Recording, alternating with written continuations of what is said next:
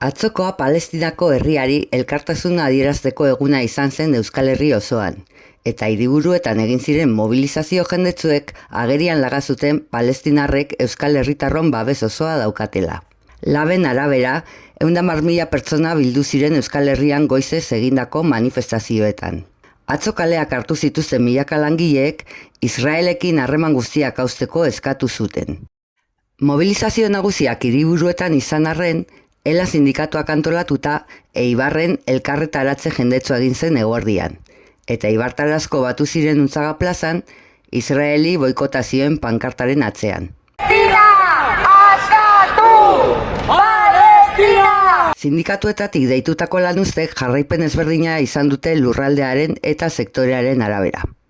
Sindikatuek ez dute tokian tokiko lanuztei buruzko daturik eman, baina Eibarko lantoki batzuetan genozidioarekin negoziorik ez, langileok Palestinarekin goiburupean, LAB, Comisión Obrera, UGT, ESK, Steilas, CGT, Etzalde eta 3 sindikatuek deitutako lanuzteekin bat eginez, talde argazkia atera zuten beharginek.